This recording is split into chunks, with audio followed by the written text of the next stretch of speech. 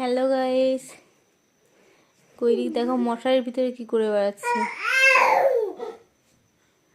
মশারি টাঙানো হয়ে গেছে, ও মশারির ভিতরে কি করছে দেখো।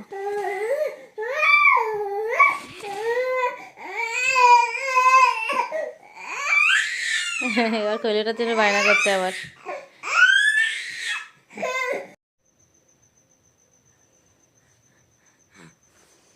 মশারির ভিতরে মানে দুজনে বসে আছি, ও তো দুষ্টুমি করলো দেখলে, তারপর বায়না করছিল কোলে ওঠার জন্য, কোলে তুলে নিয়েছি।